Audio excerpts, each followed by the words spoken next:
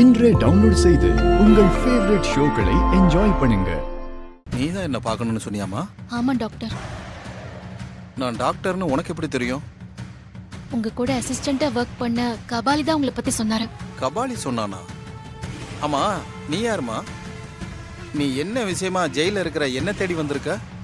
Sir, என் பேரு துர்கா. நான் ஒரு போலீஸ் இன்ஸ்பெக்டர்.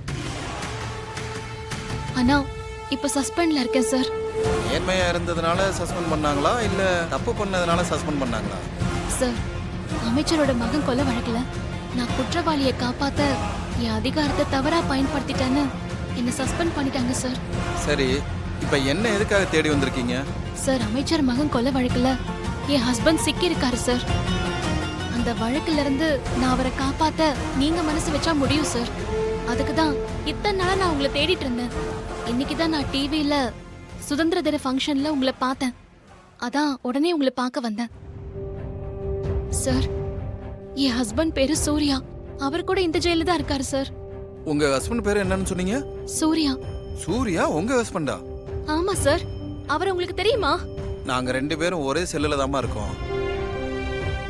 ஆமா, அமைச்சர் மகன் கொலை கேஸ்ல உன் ஹஸ்பண்ட் சூர்யா எப்படி மாட்டினாரு?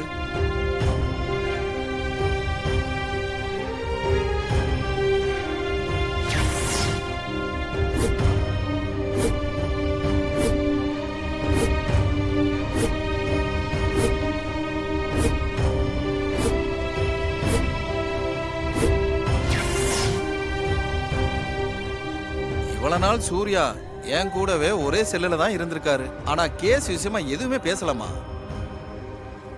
ஒருவேளை பேசி இருந்தா நான் அப்பவே எல்லா தகவலையும் சொல்லியிருப்பேன். சார், நீங்க மனசு வச்சா என் ஹஸ்பண்ட தண்டனையில இருந்து காப்பாத்திரலாம் சார். தயவு செஞ்சு என்ன ஆச்சுன்னு சொல்லுங்க சார், ப்ளீஸ். சொல்றேம்மா.